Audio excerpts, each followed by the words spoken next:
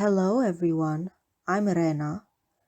For a very long time we wondered how did Beetlejuice obtain such power after death, since many who ended up in the afterlife feared him, including Juno. Juno was a caseworker in the afterlife. As she stated to Adam and Barbara in the first movie, sometimes after his death, Beetlejuice became her assistant.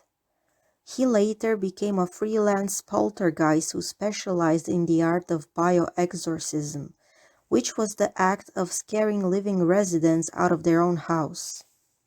Beetlejuice wasn't the only one who died keeping a grudge or the only one who turned into a poltergeist. Yet Beetlejuice was incredibly powerful, and based on what Juno said, he was very dangerous and hard to control. I will explain how he obtained his powers. In Beetlejuice 2, we got to find out about Beetlejuice's past after he started talking about it at his office. He used to be poor, earning his living from robbing graves during the Black Plague. The main detail that we saw was how he stole a golden tooth from a corpse and attached it into his mouth. That tooth was probably taken from a killer whose evil spirit immediately possessed Beetlejuice after taking it. He was already bewitched by Dolores that he didn't even realize what was happening to him. Their wedding took place most likely during the same day or the next. The dark rituals during the wedding probably amplified the evil spirit's power inside Beetlejuice. After Beetlejuice drank the poison given by Dolores, his eyes immediately turned dark and full of rage. The poison worked fast since there was already foam coming out of his mouth. Beetlejuice was about to die in few seconds, his rage allowing him to turn into a poltergeist, but adding that he was already being possessed by an angry poltergeist who couldn't stand dying a second time, he gave Beetlejuice huge power. There was not enough time before dying to strike Dolores more than once. However, we found out that he butchered her body and that her dismembered body parts were put in boxes in the afterlife. Dismembering a body should take a long time, depending on how big and sharp the cutting tool is. In this case, an axe was used to hack Dolores into pieces. There wasn't enough time for Beetlejuice to turn into an enraged poltergeist since he was happy a few seconds before finishing his drink. The other poltergeist possessing him, however, committed the murder since Beetlejuice still had feelings for Dolores and he was most likely still under her spell. That spell worked only on Beetlejuice, who was a human, and didn't work on the evil spirit possessing him, who immediately grabbed the axe to strike Dolores after realizing that she had poisoned Beetlejuice. Beetlejuice still loved Dolores and kept her finger along with the wedding ring for a very long time. We were shown how he only loved Dolores and Lydia romantically and no one else. The evil entity that was possessing Beetlejuice most likely was the womanizer. As I mentioned before in my previous video, Beetlejuice, the cartoon, continues the movie. You can check that one out as well. The cartoon is full of Easter eggs.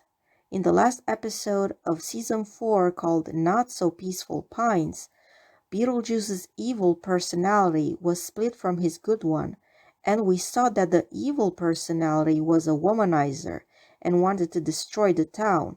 He was also attracted to Lydia. Then we go back to the first movie and we see the moment where Lydia gets attacked by the snake and we hear Beetlejuice saying, "We come for your daughter, Chuck." Stop!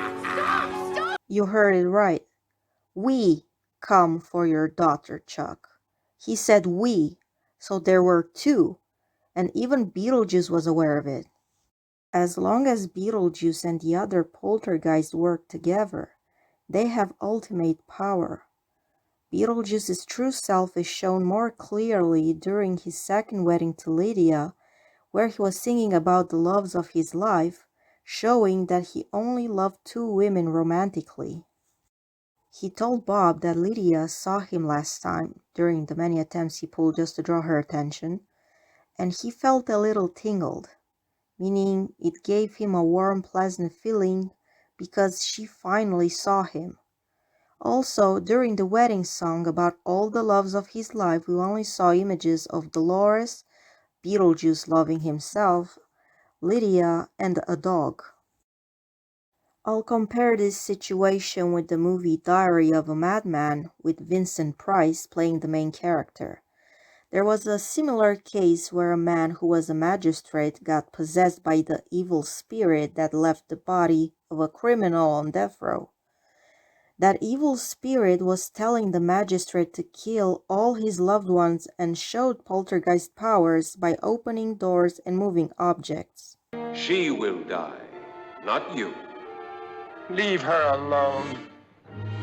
You will kill her. Oh. I can't. I can't. Beetlejuice didn't mention to Lydia about his previous marriage until their wedding ceremony. Beetlejuice was willing to share his food and discuss business. He always kept his end of the bargain, but the others didn't. He looked friendly and cheerful and was telling jokes. He also showed empathy for Lydia, who wanted to die and go in the afterlife. Meanwhile, we get to see the evil spirit controlling Beetlejuice during this scene. All right, let's get down to business. You're right. I got a card around here somewhere. Here. Who do I have to kill? Here, hold that for me, would you? There. Whoa! Ah, there you go. You don't have to kill anybody. Possession. Good. Learn to throw your voice. Fool your friends. Fun and party. He was willing to kill on command and also showed his perverted tendencies by harassing Barbara in front of Adam. Beetlejuice claimed that he lived through the Black Plague, and that was confirmed in Beetlejuice 2. Beetlejuice as a poltergeist and having the evil spirit in him could possess other people as well, meaning that he could pretty much possess a student that attended Juilliard and a student who graduated at Harvard Business School. It is true that he travels all the time depending on the place he gets summoned at by those who need his help. Since Beetlejuice knows modern music, we can tell that he has access to radio station. He reads in the newspaper about the everyday life of the living or the ones that died recently, as seen how he read about the death of Adam and Barbara. That being the case, he could have watched The Exorcist 167 times since he knows about it. The fact that Beetlejuice's head sometimes starts spinning just like Regan in the Exorcist movie during her exorcism can prove that he is being possessed even in the afterlife. In conclusion, Beetlejuice got possessed by a poltergeist after stealing a golden tooth from a corpse during the Black Plague. The poltergeist killed Dolores since Beetlejuice, who was a human, was still under her spell. Beetlejuice later on turned into a poltergeist as well, but kept Dolores' finger until he fell in love again, this time with Lydia.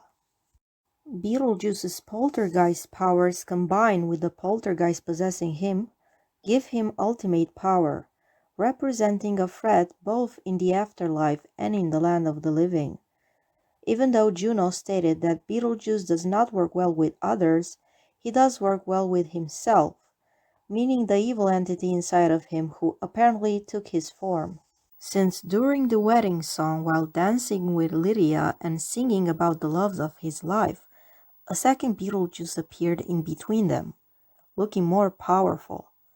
Soon after, a second Lydia appeared for him as well. Beetlejuice is incomplete without the poltergeist possessing him. This also explains why his head randomly spins like the possessed girl from the Exorcist movie, which he for sure watched 167 times. Beetlejuice was possessed, is possessed, and can possess others. Mystery solved. Thank you for watching.